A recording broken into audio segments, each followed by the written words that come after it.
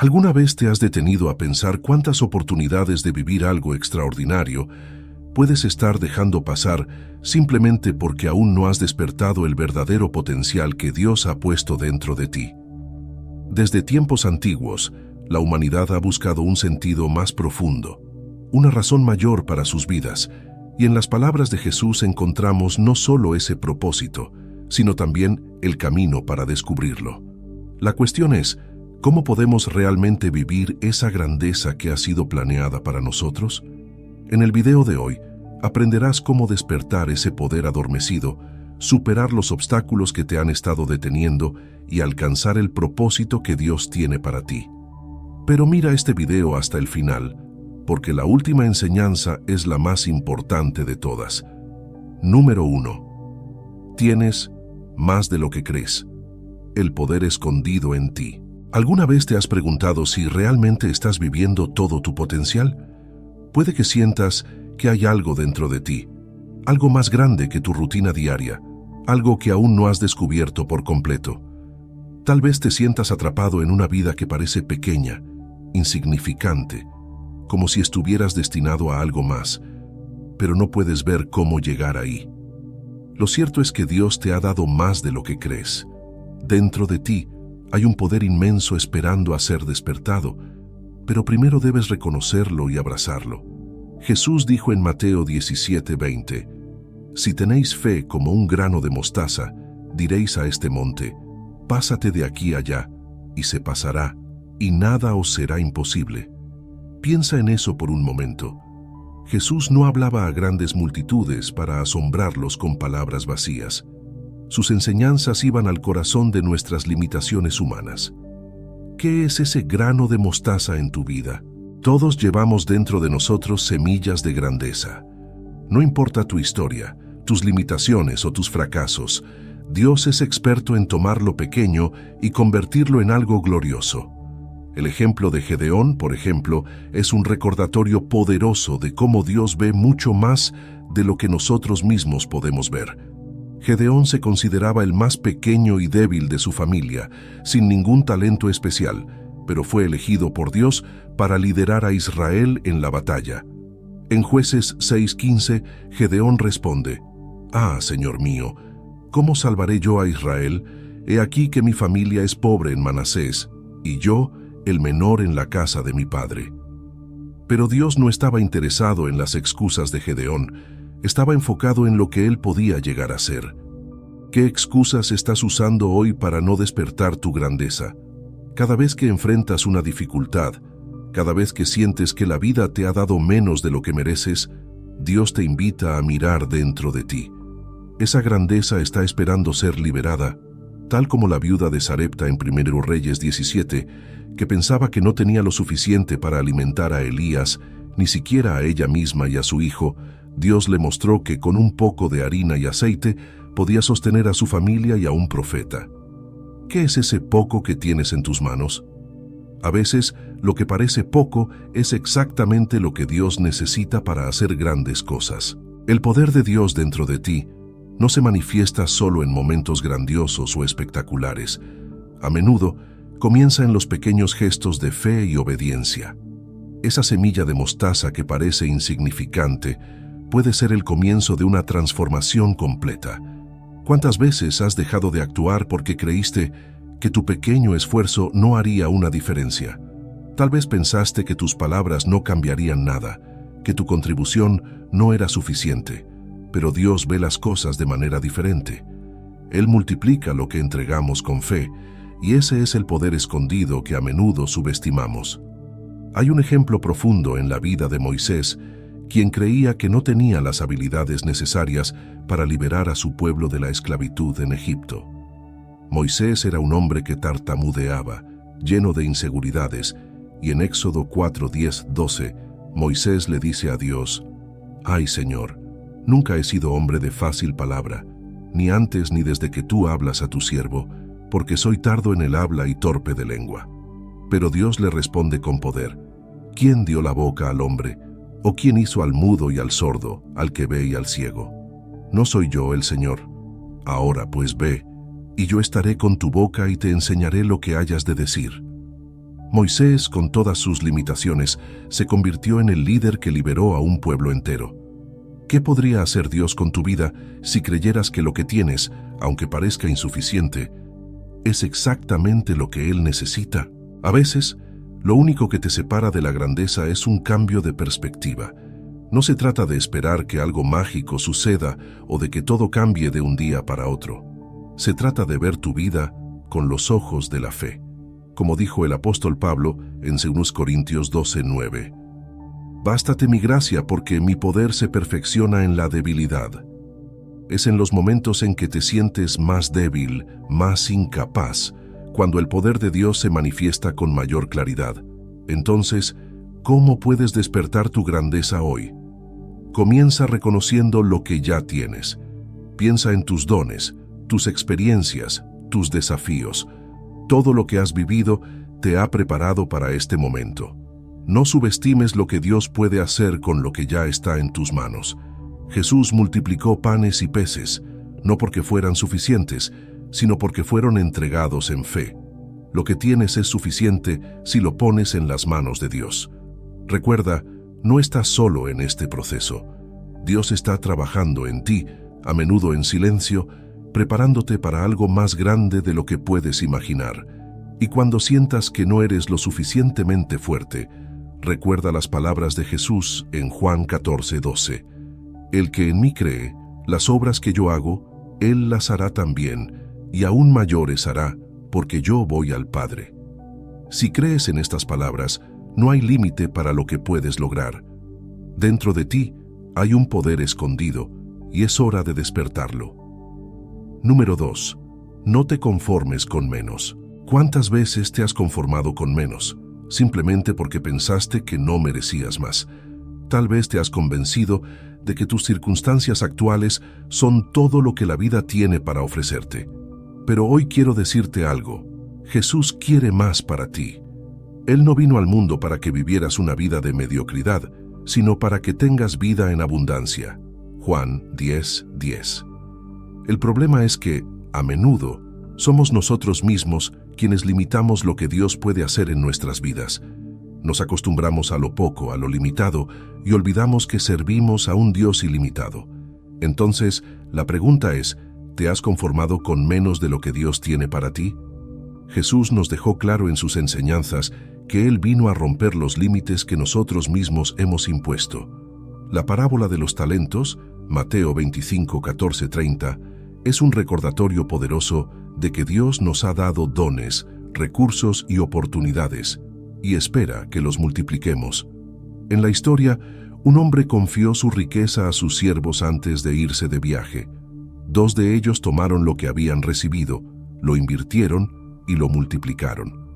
Pero uno, por miedo, enterró su talento y lo devolvió tal como lo había recibido. ¿Cuántos de nosotros hemos hecho lo mismo? Hemos enterrado nuestros talentos, nuestras capacidades, porque nos hemos convencido de que es más seguro no arriesgar. El problema es que, al hacer eso, estamos rechazando la grandeza que Dios quiere darnos. Jesús no quiere que te conformes con lo mínimo. Él te creó para más. Piensa en Pedro, un simple pescador que no tenía ambiciones más allá de su vida en el mar. Pero cuando Jesús lo llamó a seguirlo, Pedro dejó todo lo que conocía y, como resultado, se convirtió en uno de los líderes más influyentes de la historia. Lucas 5:10 nos dice, «Y Jesús dijo a Simón, no temas, desde ahora serás pescador de hombres». Pedro no tenía idea de lo que eso significaba en ese momento, pero confió y respondió al llamado. ¿Qué áreas de tu vida están esperando que respondas al llamado de Jesús para algo más grande? Conformarse con menos no es solo una cuestión de oportunidades, sino también de mentalidad. Es fácil pensar que no somos lo suficientemente buenos, que no tenemos los recursos o la experiencia para alcanzar algo más grande. Pero Jesús vio en Pedro, en Pablo y en tantos otros algo que ellos no podían ver en sí mismos. Lo mismo sucede contigo. Mientras sigas viendo tu vida a través de los ojos de la limitación, te perderás del propósito más grande que Dios tiene preparado para ti.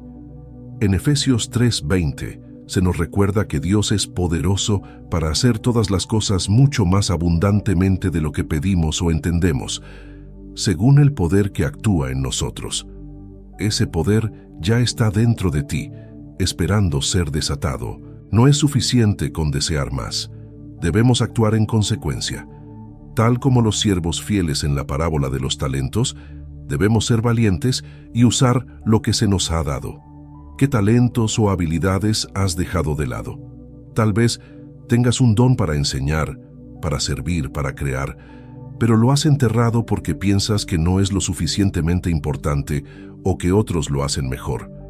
Sin embargo, Jesús nunca te comparó con los demás. Él simplemente te pide que uses lo que tienes y que confíes en que Él hará el resto. El apóstol Pablo escribió en 1 Corintios 12:7, «A cada uno se le da la manifestación del Espíritu para el bien común». Esto significa que lo que se te ha dado tiene un propósito y ese propósito es mucho más grande de lo que piensas. Conformarse con menos también puede manifestarse en nuestra vida espiritual. A veces nos acostumbramos a una relación superficial con Dios. Asistimos a la iglesia, leemos la Biblia de vez en cuando, pero no buscamos más. Nos olvidamos de que Dios quiere tener una relación profunda y personal con cada uno de nosotros. En Santiago 4:8 se nos dice, «Acercaos a Dios, y Él se acercará a vosotros». Pero muchas veces, por miedo o por comodidad, no damos ese paso hacia una conexión más profunda con Él. Nos conformamos con una fe que apenas sobrevive, cuando podríamos estar experimentando una fe vibrante y llena de vida. La vida en Cristo nunca fue diseñada para ser mediocre o limitada. Jesús no murió en la cruz para que vivas una vida apenas suficiente. Él pagó el precio más alto para que experimentes el poder, la paz y la alegría que vienen de una vida vivida en plenitud. En Filipenses 4:13 leemos, «Todo lo puedo en Cristo que me fortalece». Esta promesa no es solo para los grandes desafíos de la vida, sino para cada día, para cada decisión que tomas. No estás llamado a conformarte con lo que tienes, sino a avanzar hacia todo lo que Dios ha planeado para ti. ¿Te has conformado con menos en alguna área de tu vida? Quizás te has resignado a un trabajo que no te satisface, a una relación que no te llena, o a una vida espiritual estancada. Pero Jesús te está llamando hoy a más. Él quiere que veas tu vida desde su perspectiva, una vida llena de propósito, impacto y abundancia. No te conformes con lo que es cómodo o seguro. La grandeza requiere que salgas de tu zona de confort y confíes en que Dios está contigo en cada paso del camino. Así como Pedro dejó las redes para seguir a Jesús, hoy también se te invita a dejar atrás las excusas y limitaciones que te han impedido vivir plenamente. Hay algo más grande esperando por ti, pero primero debes creerlo y tomar el primer paso. Jesús no quiere menos para ti. Él quiere que vivas la vida abundante que ya ha preparado. Número 3. La fe activa. Creer en Dios es fundamental, pero ¿es suficiente solo creer? Vivimos en un mundo donde muchos profesan fe, pero pocas veces vemos a esa fe en acción. Jesús no solo nos llamó a tener fe, sino a vivirla, a demostrarla en cada decisión, en cada paso que damos. Santiago 2:26 nos lo deja claro, porque como el cuerpo sin espíritu está muerto, así también la fe sin obras está muerta. Es como tener una semilla en la mano, pero nunca plantarla. Esa semilla tiene potencial, pero sin acción, sin el paso de ponerla en la tierra, regarla y cuidarla, nunca crecerá. ¿Cuántas veces hemos tenido esa semilla de fe en nuestras manos, pero la hemos dejado morir por no tomar acción? La fe activa es como un músculo. Se fortalece y se desarrolla solo cuando se usa. Puedes pasar la vida entera diciendo que tienes fe, pero si nunca la pones a prueba, si nunca tomas pasos concretos hacia aquello en lo que dices creer, entonces esa fe es estática, estéril. Jesús nos dio múltiples ejemplos de fe en acción, como la historia de los amigos que llevaron a un paralítico ante él en Marcos 2:1-12. Estos amigos no solo creyeron que Jesús podía sanar, sino que actuaron en consecuencia. Ellos subieron al techo de la casa, hicieron un agujero y bajaron a su amigo directamente frente a Jesús. No fue suficiente para ellos creer que Jesús podía hacer algo. Hicieron todo lo posible para que ese milagro sucediera. Muchas veces estamos paralizados como ese hombre en la camilla. Sabemos que necesitamos a Jesús, pero esperamos que las circunstancias cambien sin tomar acción. Nos quedamos quietos, confiando en que algún día, de alguna manera, todo mejorará. Pero Jesús nos llama a levantarnos, a actuar, a demostrar nuestra fe con hechos.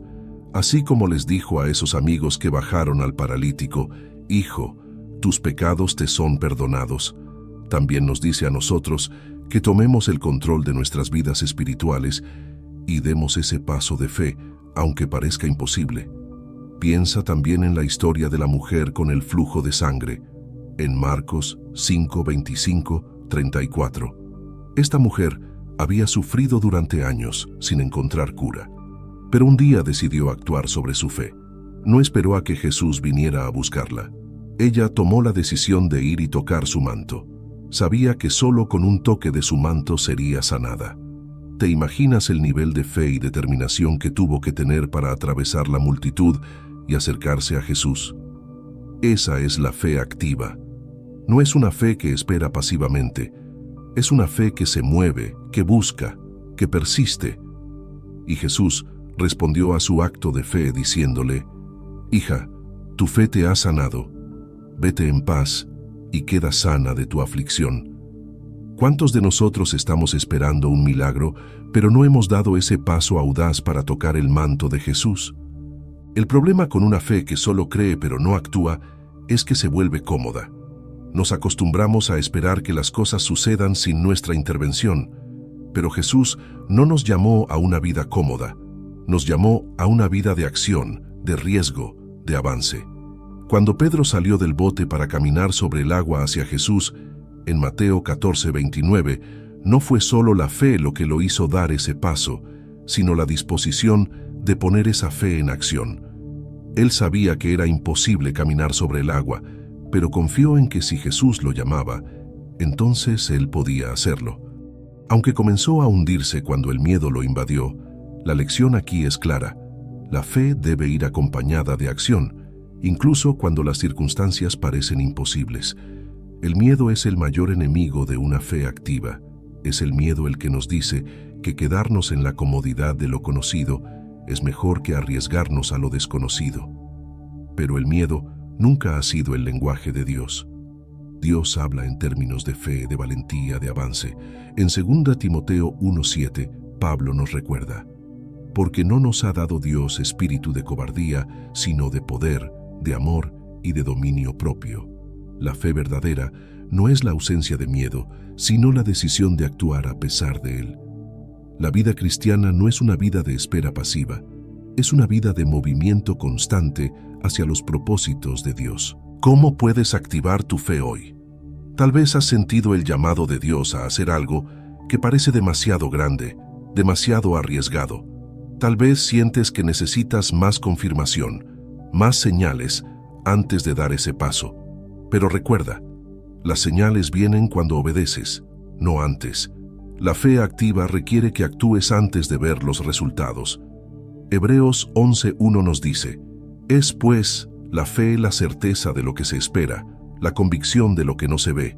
Es esa convicción la que te lleva a moverte, a actuar, sabiendo que Dios ya está trabajando a tu favor, incluso si no puedes ver los resultados inmediatamente. Una fe que no actúa se desvanece. Cuando no ponemos en práctica lo que creemos, nuestra fe comienza a debilitarse, a perder fuerza. Es como un río que al no fluir se estanca, y una fe estancada es una fe que muere lentamente. Pero una fe activa, una fe que se pone en movimiento, se convierte en un río que trae vida a todo lo que toca.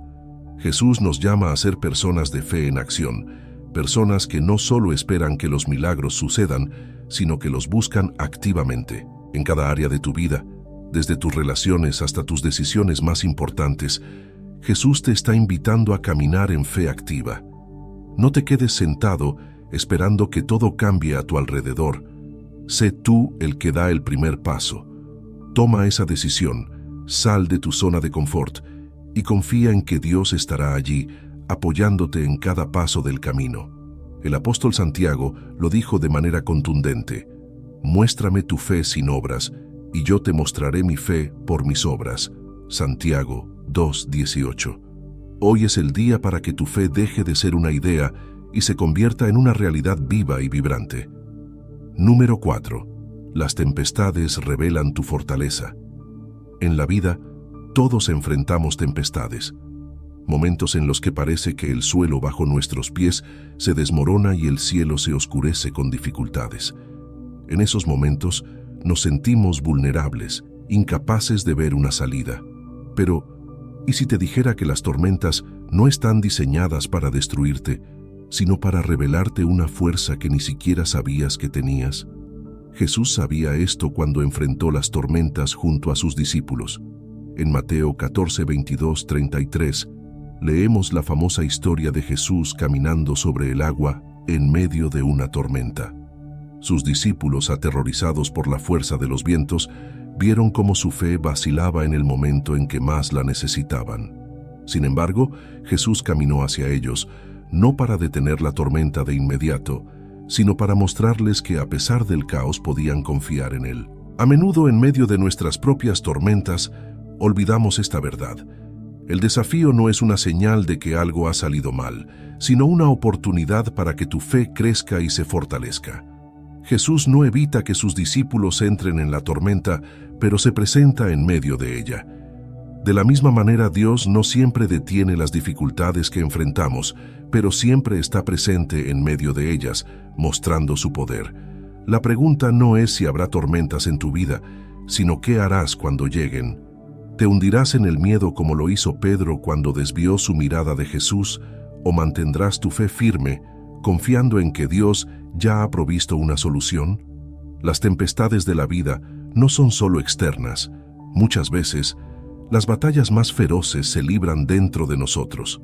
Nuestros pensamientos, nuestras dudas y miedos pueden convertirse en una tormenta interna mucho más devastadora que cualquier circunstancia externa. Sin embargo, es en medio de esas tormentas internas donde también podemos descubrir una fortaleza que jamás habríamos conocido en tiempos de calma. En Isaías 43:2, Dios promete: «Cuando pases por las aguas, yo estaré contigo, y si por los ríos no te anegarán. Cuando pases por el fuego no te quemarás, ni la llama arderá en ti». Esta es una promesa poderosa que nos recuerda que las tormentas están destinadas a ser superadas, no a consumirnos. Los desafíos que enfrentas pueden parecer insuperables en el momento, pero son precisamente esos momentos los que te preparan para un propósito mayor. Mira a David, por ejemplo. Antes de enfrentarse al gigante Goliat, David ya había pasado por sus propias tormentas mientras cuidaba las ovejas de su padre. En 1 Samuel 17, 34-36, David relata cómo tuvo que enfrentarse a leones y osos para proteger el rebaño. Esas experiencias lo fortalecieron, lo prepararon para un desafío aún mayor. De la misma manera, las pruebas que enfrentas hoy son las que te están preparando para las grandes victorias de mañana. Dios no desperdicia ni una sola tormenta en tu vida. Cada una tiene un propósito, y ese propósito es revelar la fortaleza que ya está dentro de ti. A veces, nos enfocamos tanto en pedirle a Dios que detenga la tormenta que olvidamos que Él está usando la tormenta para transformarnos. Cada golpe del viento, cada ola que parece amenazar con hundirte, está esculpiendo tu carácter y fortaleciendo tu fe. Como el oro que pasa por el fuego para ser refinado, nuestras vidas también son refinadas a través de los desafíos. El apóstol Pedro lo explica de manera hermosa en 1 Pedro 1:7. Para que sometida a prueba vuestra fe, mucho más preciosa que el oro, el cual aunque perecedero se prueba con fuego, sea hallada en alabanza, gloria y honra cuando sea manifestado Jesucristo. El fuego no destruye el oro, lo purifica. De la misma manera, las tempestades no destruyen tu fe, la refinan y la hacen más fuerte. El desafío no es una señal de que Dios te ha abandonado, es una señal de que Dios está trabajando en ti. Los discípulos de Jesús no habrían conocido el poder de caminar sobre el agua si no hubiera habido una tormenta. Pedro no habría experimentado el poder de Jesús para salvarlo si no hubiera comenzado a hundirse. Así es como las tormentas revelan la verdadera fortaleza. Te obligan a depender completamente de Dios, a confiar más allá de lo que ves o sientes.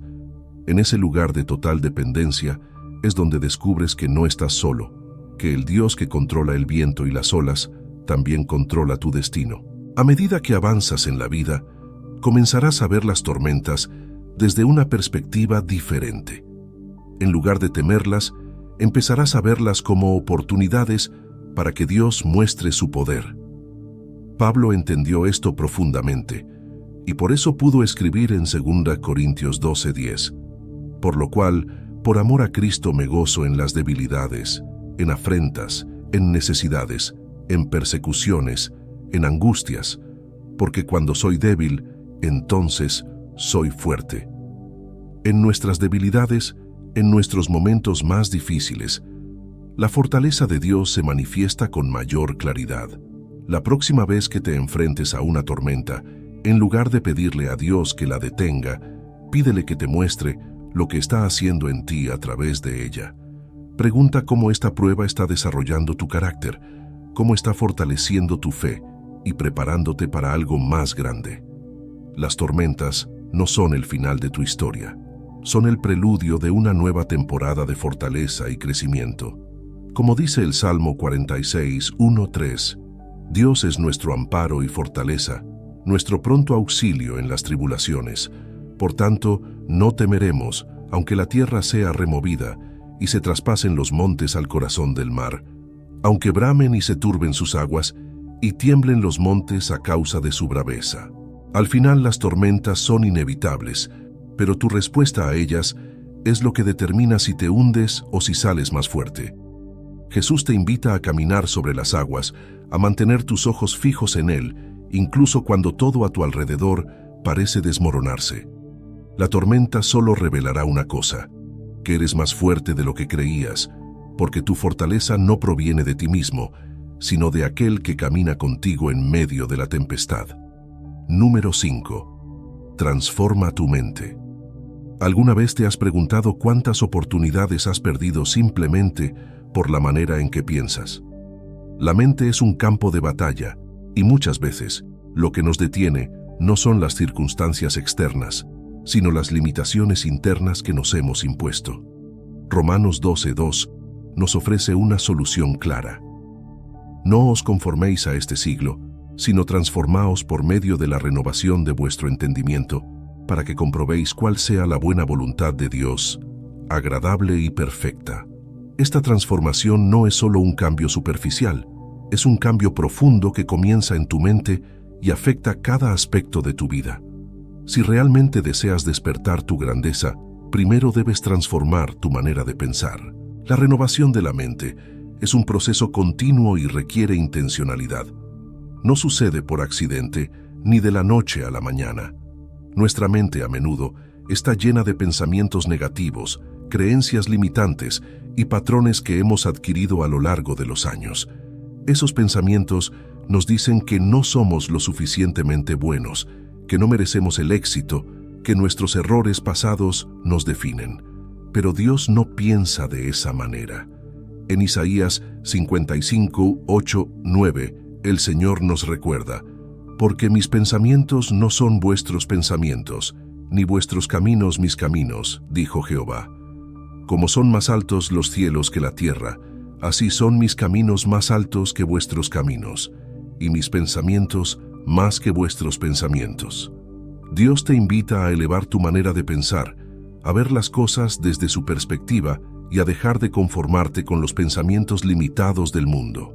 Cuando los israelitas salieron de Egipto, aunque físicamente estaban libres, sus mentes aún estaban atrapadas en una mentalidad de esclavitud.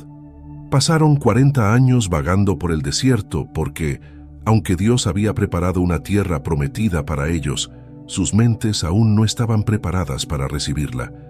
Ellos constantemente dudaban, se quejaban y anhelaban regresar a Egipto, Números 14, 2, 4, porque era lo que conocían. Este es el poder de la mentalidad. Puede mantenerte estancado en el pasado, incluso cuando Dios ya te ha llamado a algo nuevo. Del mismo modo, nosotros también podemos quedar atrapados en viejos patrones de pensamiento que nos impiden avanzar hacia la vida que Dios tiene para nosotros. Para transformar tu mente, debes alimentar tus pensamientos con la verdad de Dios. Jesús mismo nos dio el ejemplo de cómo contrarrestar los pensamientos negativos o erróneos con la verdad de la palabra. Cuando fue tentado en el desierto, cada vez que Satanás le presentaba una mentira o una oferta engañosa, Jesús respondía con las Escrituras, Mateo 4, 1-11. Esto nos enseña que la manera más efectiva de renovar nuestra mente es llenarla con la verdad. Filipenses 4:8 nos da una guía clara sobre esto. Por lo demás, hermanos, todo lo que es verdadero, todo lo honesto, todo lo justo, todo lo puro, todo lo amable, todo lo que es de buen nombre. Si hay virtud alguna, si algo digno de alabanza, en esto pensad. No puedes esperar una transformación mental si constantemente alimentas tu mente con negatividad, mentiras o distracciones. Cada pensamiento es una semilla. Algunos pensamientos, si los permites arraigarse, pueden crecer y convertirse en árboles que dan fruto de bendición o en espinas que te aprisionan. Por eso, es crucial discernir cuáles pensamientos deben ser eliminados y cuáles deben ser cultivados. 2 Corintios 10:5 nos enseña que debemos llevar cautivo todo pensamiento a la obediencia a Cristo. No se trata de controlar cada pensamiento de forma rígida, sino de aprender a filtrar lo que permitimos que eche raíces en nuestra mente. Cuando te enfrentas a un pensamiento negativo, como no soy lo suficientemente bueno, reemplázalo con la verdad de que eres una creación maravillosa de Dios. Como dice el Salmo 139:14, te alabaré, porque formidables, maravillosas son tus obras. Estoy maravillado, y mi alma lo sabe muy bien. La mente renovada también tiene un enfoque diferente hacia los desafíos. En lugar de verlos como obstáculos insuperables, los ve como oportunidades para crecer y confiar más en Dios. Un ejemplo poderoso es el de Josué y Caleb, quienes, al espiar la tierra prometida, vieron el mismo escenario que los demás espías, gigantes poderosos y ciudades fortificadas. Sin embargo, mientras los otros espías se enfocaron en el miedo y las dificultades, Josué y Caleb, con una mente renovada, dijeron en Números 14:8, si Jehová se agradare de nosotros, Él nos llevará a esta tierra y nos la entregará, tierra que fluye leche y miel. ¿Qué hizo la diferencia? Su manera de pensar. Mientras los demás vieron problemas, ellos vieron la oportunidad de que Dios actuara. Renovar tu mente también significa dejar atrás las etiquetas que el mundo o tus experiencias pasadas te han puesto. Tal vez alguien te haya dicho que no eres lo suficientemente inteligente, que no tienes lo que se necesita para tener éxito, o que tus fracasos te definen. Pero la verdad de Dios sobre ti es completamente diferente. En 2 Corintios 5:17, Pablo nos recuerda, de modo que si alguno está en Cristo, nueva criatura es. Las cosas viejas pasaron, he aquí todas son hechas nuevas. No importa lo que te hayan dicho o lo que hayas creído sobre ti mismo hasta ahora, Dios te ha hecho una nueva creación. Él no se enfoca en tus fracasos, se enfoca en tu potencial. La renovación de la mente es el primer paso hacia una vida transformada. Si puedes cambiar tu manera de pensar, puedes cambiar tu vida.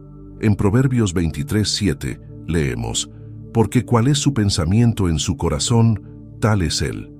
Esto significa que nuestras vidas se mueven en la dirección de nuestros pensamientos. Si crees que estás destinado al fracaso, probablemente lo estarás. Pero si crees que Dios tiene planes de bien para ti, como dice Jeremías 29:11, porque yo sé los pensamientos que tengo acerca de vosotros, dice Jehová, pensamientos de paz y no de mal, para daros el fin que esperáis. Entonces tu vida comenzará a reflejar esa verdad. Renovar tu mente no es una tarea fácil, pero es absolutamente esencial si quieres vivir en la plenitud de lo que Dios tiene para ti.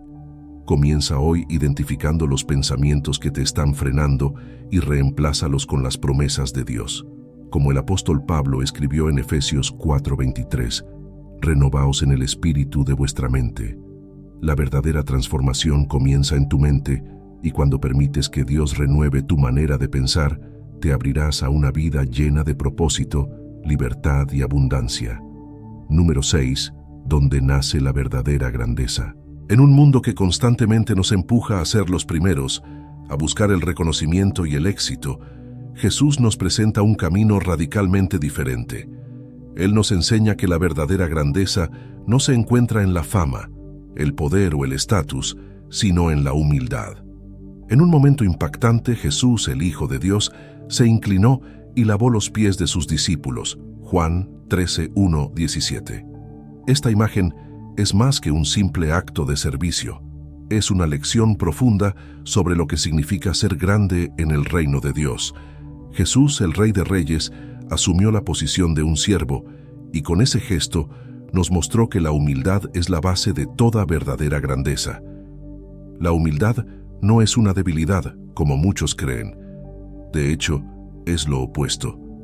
Ser humilde requiere una fortaleza interna que proviene de saber quién eres en Dios y al mismo tiempo estar dispuesto a poner a los demás por encima de ti.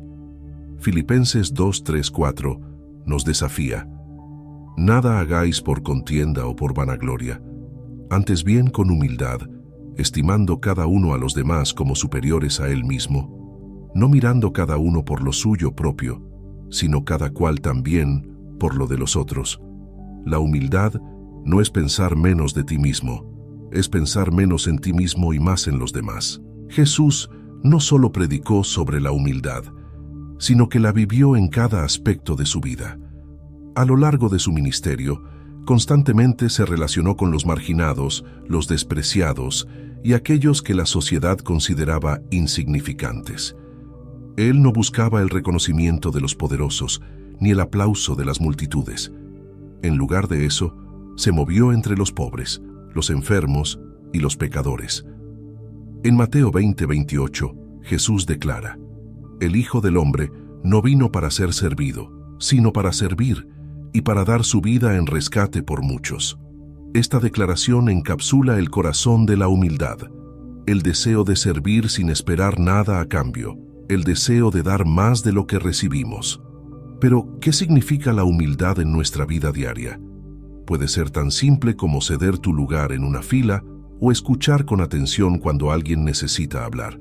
Puede significar ser el primero en disculparte cuando has cometido un error o ser honesto sobre tus propias debilidades en lugar de pretender que tienes todo bajo control.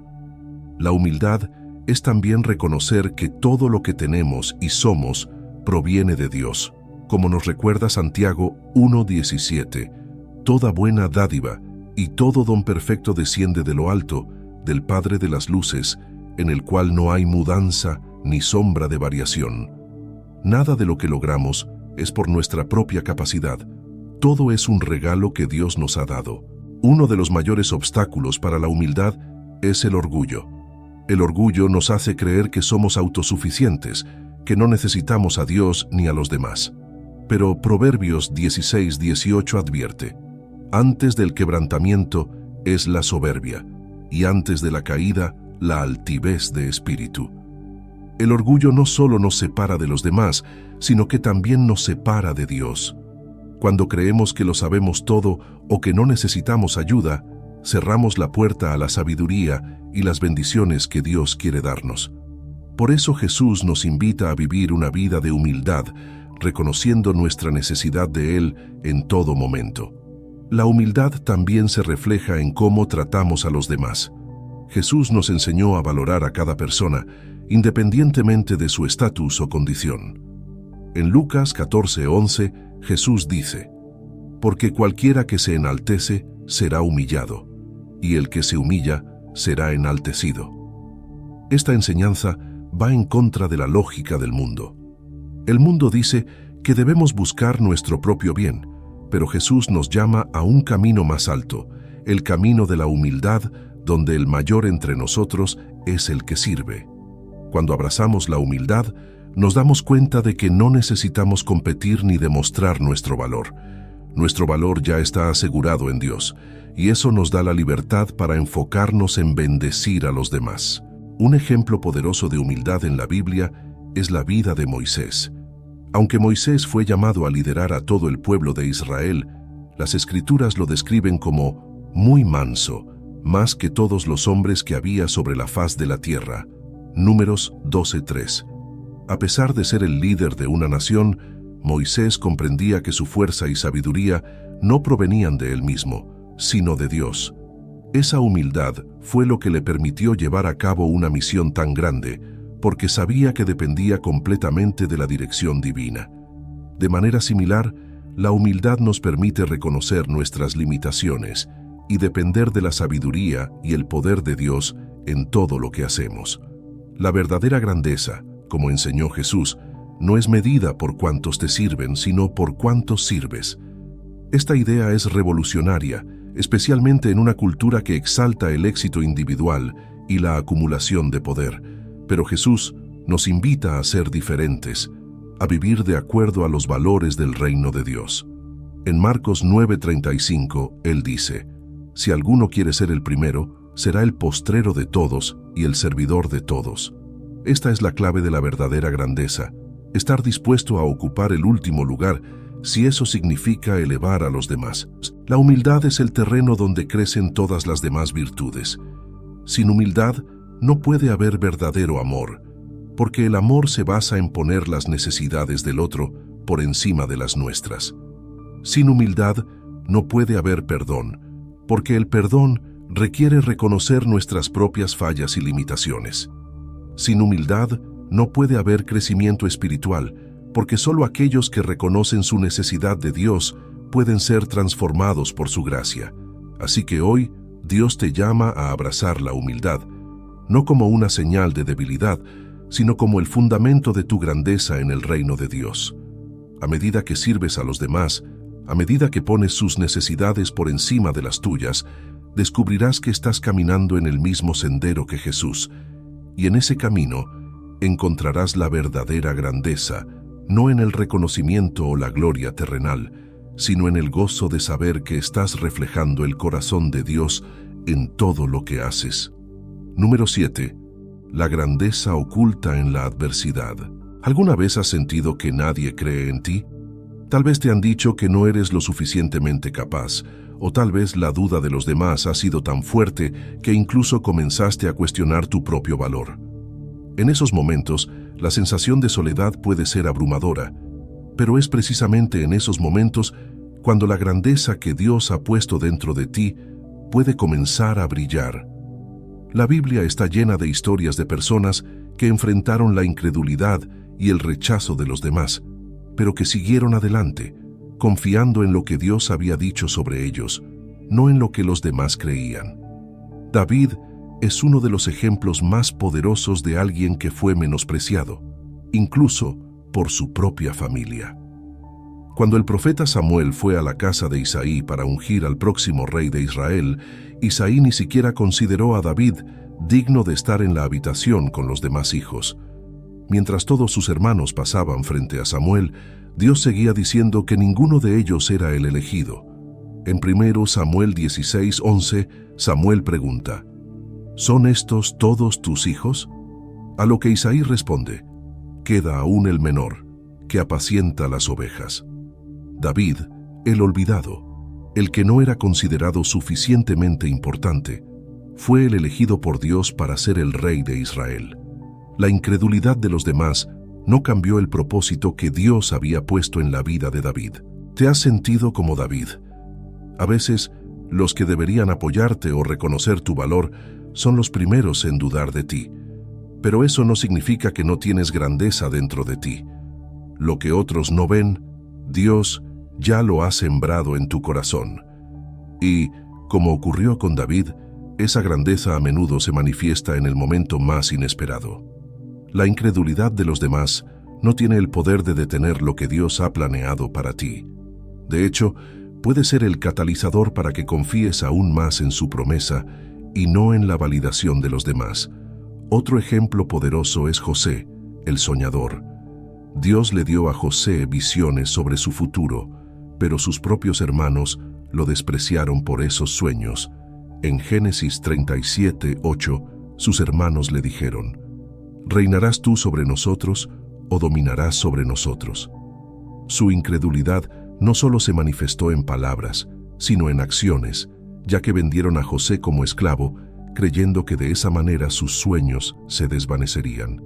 Pero lo que no entendieron fue que el plan de Dios no depende de las circunstancias.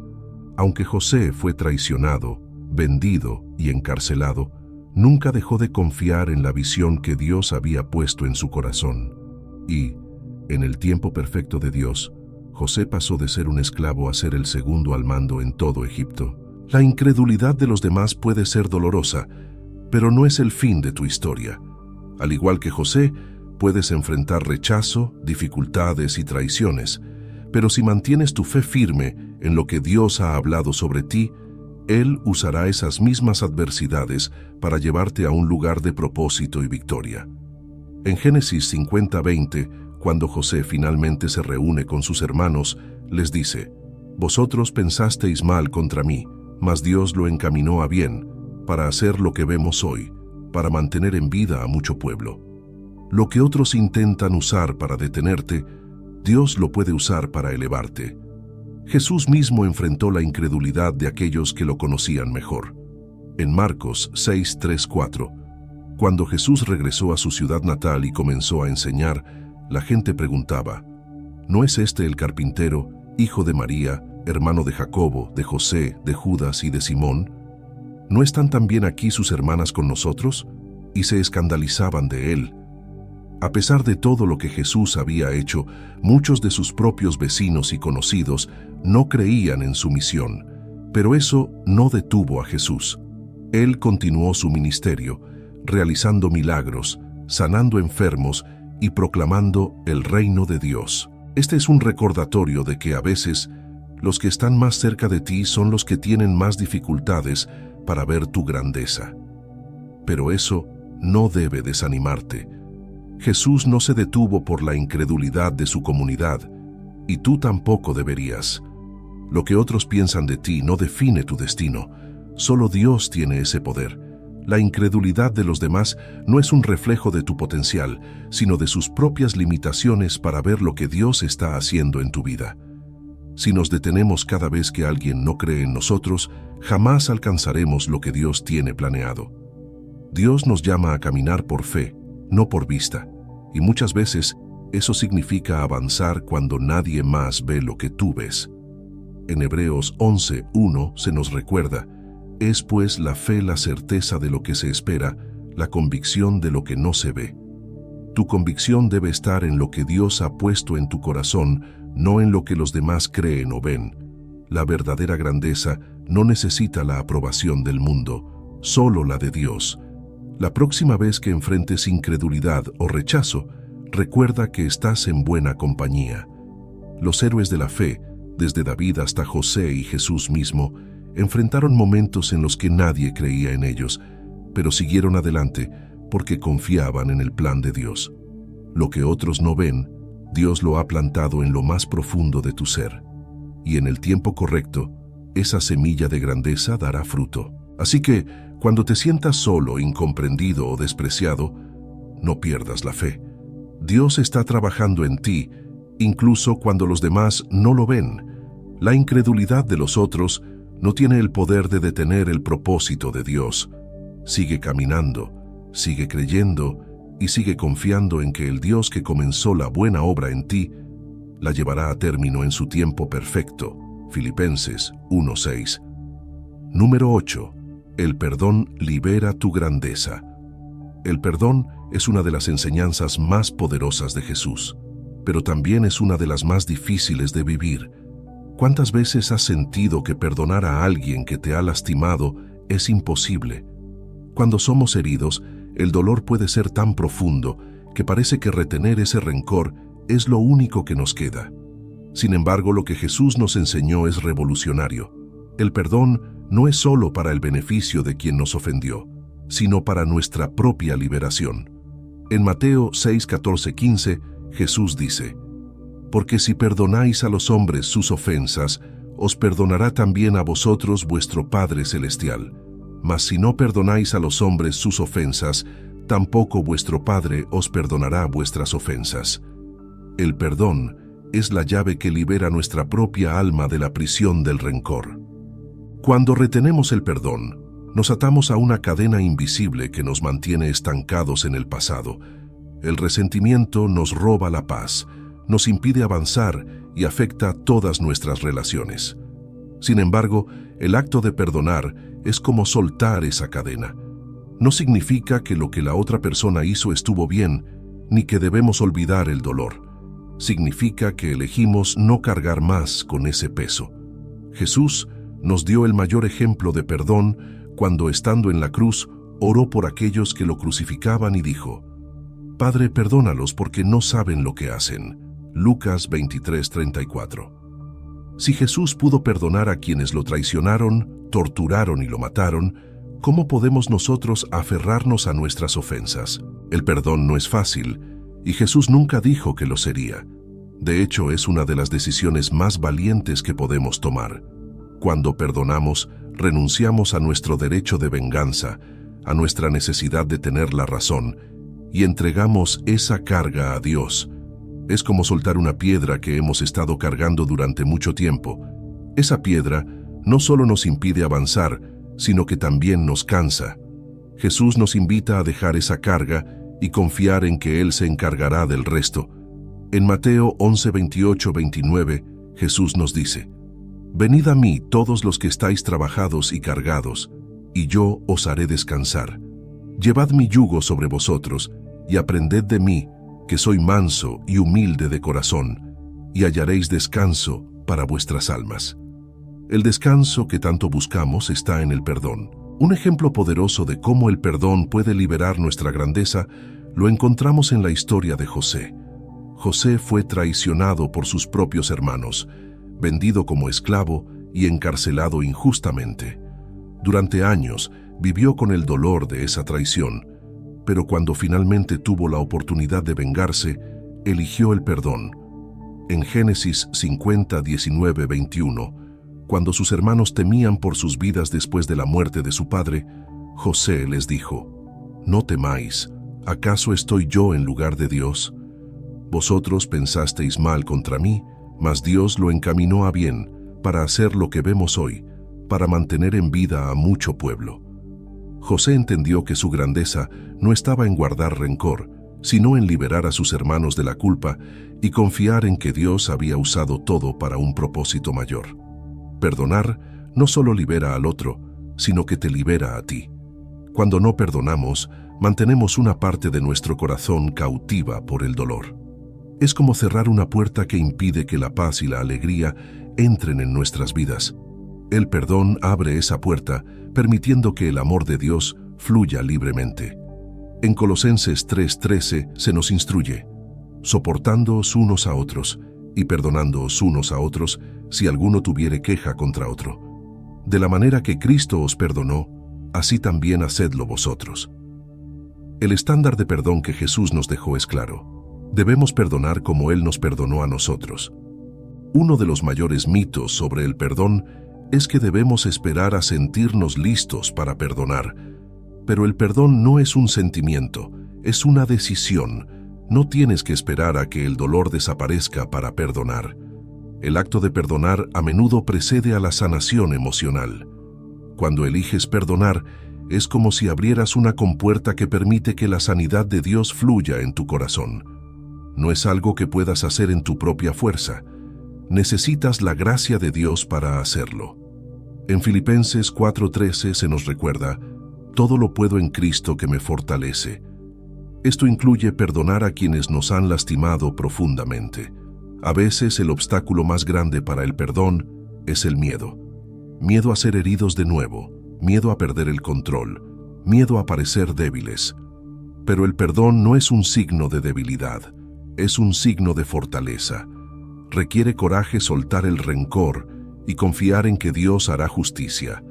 Romanos 12:19 nos dice: No os venguéis vosotros mismos, amados míos, sino dejad lugar a la ira de Dios, porque escrito está: mía es la venganza, yo pagaré, dice el Señor. Cuando perdonamos, le estamos diciendo a Dios: confío en que tú harás lo que es justo. Y en ese acto de confianza encontramos libertad. El perdón no solo transforma nuestras relaciones con los demás, sino que también transforma nuestra relación con Dios.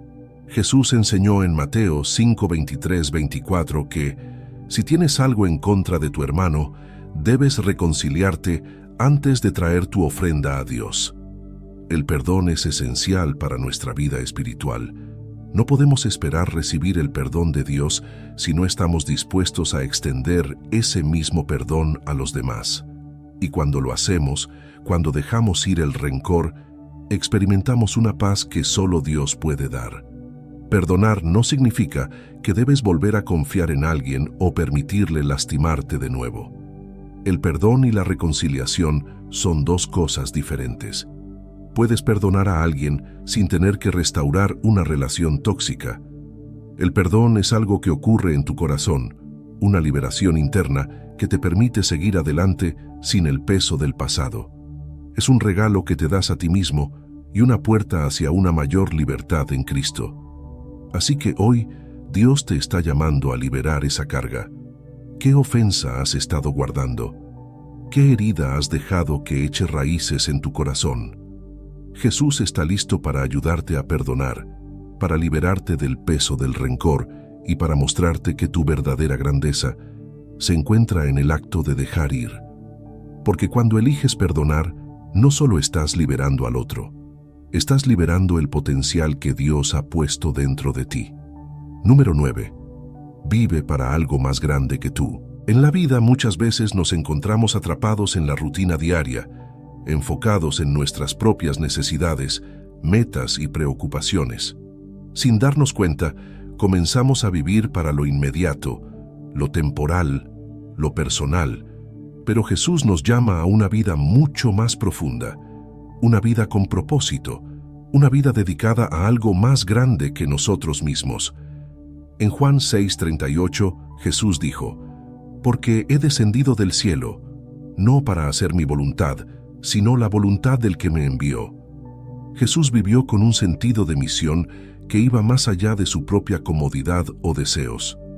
Cada decisión que tomó, cada milagro que realizó, cada enseñanza que impartió, todo estaba alineado con su propósito mayor: cumplir la voluntad del Padre. La pregunta que debemos hacernos es: ¿estamos viviendo con ese mismo sentido de propósito? ¿O estamos simplemente pasando los días enfocados en nuestras propias ambiciones? Vivir para algo más grande que tú significa alinearte con el propósito eterno de Dios. No se trata solo de alcanzar metas terrenales, sino de encontrar tu lugar en el plan de Dios para el mundo.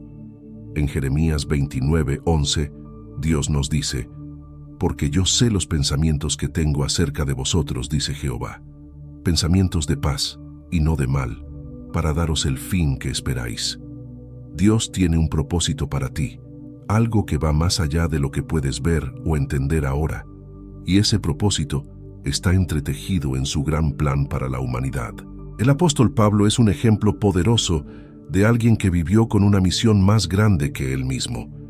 Después de su encuentro con Jesús en el camino a Damasco, Pablo dedicó su vida a llevar el Evangelio a las naciones sin importar las dificultades o los peligros que enfrentó. En Hechos 20:24, Pablo declara: pero de ninguna cosa hago caso, ni estimo preciosa mi vida para mí mismo, con tal que acabe mi carrera con gozo, y el ministerio que recibí del Señor Jesús, para dar testimonio del Evangelio de la gracia de Dios. Para Pablo, su vida no era lo más importante. Lo más importante era cumplir con el propósito que Dios le había dado. Este tipo de compromiso es lo que transforma vidas ordinarias en vidas extraordinarias. Comprometerse con un propósito mayor también significa estar dispuesto a sacrificar lo que sea necesario para cumplir ese llamado. Esto no siempre es fácil y puede significar renunciar a cosas que nos son queridas, cómodas o seguras. Jesús lo explicó claramente en Lucas 9:23. Si alguno quiere venir en pos de mí, niéguese a sí mismo, tome su cruz cada día y sígame. Seguir a Jesús y vivir para su propósito no es un camino sin desafíos. Requiere sacrificio y entrega diaria. Pero en ese sacrificio encontramos nuestra verdadera vida, la vida abundante que Dios nos ha prometido. Vivir con propósito también nos libera de la trampa de vivir solo para nosotros mismos. La cultura actual nos empuja constantemente a buscar nuestra propia satisfacción, a centrarnos en nuestras metas personales y en lo que podemos ganar para nosotros. Pero el reino de Dios funciona de manera diferente.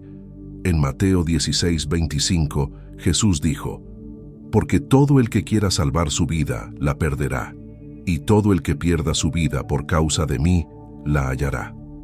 Irónicamente, cuando dejamos de vivir solo para nuestros propios intereses y comenzamos a vivir para algo más grande que nosotros, encontramos una plenitud y una realización que nunca habríamos alcanzado de otra manera. Este compromiso con el propósito de Dios no significa que debamos abandonar nuestras responsabilidades diarias o nuestros sueños personales. Más bien, significa que todo lo que hacemos, desde nuestro trabajo hasta nuestras relaciones, debe estar alineado con el plan de Dios. Colosenses 3:23 nos recuerda: «Y todo lo que hagáis, hacedlo de corazón, como para el Señor, y no para los hombres». Cuando entendemos que nuestro propósito es más grande que nosotros mismos, incluso las tareas más pequeñas cobran un nuevo significado. Ya no trabajamos solo para cumplir con nuestras obligaciones, sino para glorificar a Dios y servir a su reino. Además, vivir para algo más grande que tú te da una perspectiva completamente nueva sobre los desafíos y obstáculos de la vida. Cuando estás comprometido con el propósito de Dios, entiendes que incluso las dificultades pueden ser usadas para un bien mayor. Romanos 8:28 nos asegura: «Y sabemos que a los que aman a Dios, todas las cosas les ayudan a bien, esto es, a los que conforme a su propósito son llamados». Esta promesa nos da la confianza de que, aunque no entendamos todo lo que sucede en nuestras vidas, podemos confiar en que Dios está usando cada circunstancia para cumplir su propósito. Pero, ¿cómo podemos descubrir nuestro propósito en Dios? El primer paso es buscarlo a Él de manera intencional. Santiago 1:5 nos dice que si alguno carece de sabiduría, debe pedirla a Dios, el cual da a todos abundantemente y sin reproche, y le será dada. Cuando nos acercamos a Dios en oración y pedimos que nos revele su propósito, Él es fiel para guiarnos. A veces el propósito puede no ser algo grandioso desde la perspectiva del mundo, pero incluso en lo pequeño, Dios tiene un plan. No importa cuál sea tu vocación o circunstancia actual, Dios te ha llamado a vivir con un sentido de misión, a influir en las personas que te rodean y a reflejar su amor. Finalmente, vivir para algo más grande que tú es lo que te permitirá dejar un legado duradero. Vivir solo para tus propios intereses puede traer satisfacción temporal, pero vivir para el propósito de Dios tiene un impacto eterno. En 2 Timoteo 4:7, Pablo, al final de su vida, pudo decir con confianza: «He peleado la buena batalla, he acabado la carrera, he guardado la fe». Este es el legado de una vida vivida con propósito. No importa cuántos logros personales hayas acumulado o cuántas riquezas hayas ganado. Lo que realmente importa es si has cumplido con el propósito para el cual Dios te creó. Dios te ha llamado a algo más grande que tú mismo. No te conformes con vivir una vida que solo se enfoque en lo temporal y lo inmediato. Elige comprometerte con el propósito eterno de Dios y vive cada día con la convicción de que estás contribuyendo a algo mucho más grande que tú. En ese compromiso encontrarás la plenitud y la grandeza que solo Dios puede ofrecer. Número 10. Despierta tu grandeza a través del amor. Si tu vida pudiera resumirse en una sola palabra, ¿cuál sería? En el reino de Dios, esa palabra es amor. Jesús no solo vino a enseñarnos acerca del amor, Él es el amor encarnado. Toda su misión en la tierra estuvo impulsada por un amor incondicional y sacrificial, y nos llamó a vivir de la misma manera. En Mateo 22, 37, 39, Jesús nos da el mandamiento más importante: amarás al Señor tu Dios con todo tu corazón, y con toda tu alma, y con toda tu mente. Este es el primero y grande mandamiento. Y el segundo es semejante: amarás a tu prójimo como a ti mismo. Este llamado al amor no es solo un consejo, es la esencia de lo que significa ser seguidor de Cristo. Si quieres despertar tu verdadera grandeza, primero debes aprender a amar como Él. El amor de Jesús es radical. No es un amor basado en sentimientos pasajeros o en lo que podemos obtener de los demás. Es un amor que da sin esperar nada a cambio. Un amor que perdona, que sirve y que se sacrifica. En Juan 13, 34, 35, Jesús les dijo a sus discípulos: un mandamiento nuevo os doy, que os améis unos a otros, como yo os he amado, que también os améis unos a otros. En esto conocerán todos que sois mis discípulos, si tuvierais amor los unos con los otros. El mundo no nos reconocerá por nuestras palabras, por nuestros logros o por nuestras posesiones, sino por cómo amamos. El amor es la verdadera marca de la grandeza en el reino de Dios. Pero ¿cómo es este amor en la práctica? El apóstol Pablo nos da una descripción detallada en 1 Corintios 13, 4, 7. El amor es sufrido, es benigno, el amor no tiene envidia, el amor no es jactancioso, no se envanece, no hace nada indebido, no busca lo suyo, no se irrita, no guarda rencor, no se goza de la injusticia, mas se goza de la verdad. Todo lo sufre, todo lo cree, todo lo espera, todo lo soporta. Esta clase de amor va más allá de nuestras emociones y se convierte en una decisión diaria.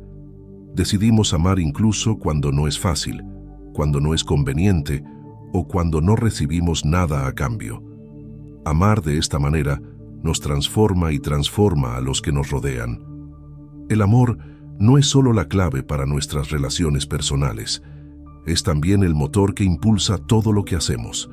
En 1 Corintios 13, 1, 3, Pablo nos recuerda que, sin amor, nuestras acciones pierden su valor. Si yo hablase lenguas humanas y angélicas y no tengo amor, vengo a ser como metal que resuena o címbalo que retiñe. Y si tuviese profecía y entendiese todos los misterios y toda ciencia, y si tuviese toda la fe, de tal manera que trasladase los montes, y no tengo amor, nada soy. Esto significa que incluso los mayores actos de fe o las mayores muestras de sabiduría son vacíos si no están motivados por el amor. Tu verdadera grandeza no se mide por lo que haces, sino por cuánto amas al hacerlo. El amor también tiene un poder transformador que va más allá de lo que podemos imaginar. Jesús nos enseñó a amar no solo a nuestros amigos o a aquellos que nos tratan bien, sino también a nuestros enemigos. En Mateo 5:44 nos dice: pero yo os digo, amad a vuestros enemigos, bendecid a los que os maldicen, haced bien a los que os aborrecen, y orad por los que os ultrajan y os persiguen. Este tipo de amor es revolucionario porque desafía todo lo que el mundo nos enseña. Nos invita a perdonar cuando sería más fácil guardar rencor, a mostrar compasión cuando el mundo espera venganza. Amar a nuestros enemigos no solo cambia nuestras relaciones, cambia nuestros corazones y nos libera del odio y la amargura. El amor también nos conecta directamente con el corazón de Dios. 1 Juan 4, 7, 8 nos dice: amados, amémonos unos a otros, porque el amor es de Dios. Todo aquel que ama es nacido de Dios y conoce a Dios. El que no ama no ha conocido a Dios, porque Dios es amor. Esta afirmación es tan profunda que desafía todas nuestras nociones de lo que significa conocer a Dios. No podemos decir que conocemos a Dios si no amamos, porque Él es la fuente misma del amor. Amar es reflejar el carácter de Dios en nuestras vidas diarias. El amor también tiene el poder de sanar. Muchos de nosotros cargamos heridas profundas causadas por el rechazo, la traición o el dolor. Pero el amor de Dios es capaz de sanar incluso las heridas más profundas. En Salmos 147:3 leemos: Él sana a los quebrantados de corazón y venda sus heridas. Cuando permitimos que el amor de Dios fluya en nosotros y a través de nosotros, comenzamos a experimentar la sanidad en áreas que pensábamos que nunca podrían ser restauradas. Y cuando amamos a los demás con ese mismo amor, nos convertimos en instrumentos de sanidad en sus vidas. Jesús también nos enseñó que el amor está estrechamente vinculado al servicio. En Juan 13, después de lavar los pies de sus discípulos, Jesús les dijo: Si yo, el Señor y el Maestro, he lavado vuestros pies, vosotros también debéis lavaros los pies los unos a los otros. Juan 13:14. Amar es servir, es poner las necesidades de los demás por encima de las nuestras, es estar dispuesto a humillarnos para levantar a los que nos rodean. La verdadera grandeza no se encuentra en ser servido, sino en servir a los demás con amor y humildad. El amor es la clave que abre todas las puertas. Es la respuesta a los problemas más grandes del mundo y a los conflictos más pequeños en nuestras vidas personales. Cuando decidimos vivir una vida guiada por el amor de Dios, descubrimos una nueva dimensión de grandeza. No se trata de cuán importante o exitoso seas a los ojos del mundo. Se trata de cuánto amas, porque al final, lo único que permanecerá es el amor. Como dice 1 Corintios 13:13, y ahora permanecen la fe, la esperanza y el amor, estos tres. Pero el mayor de ellos es el amor.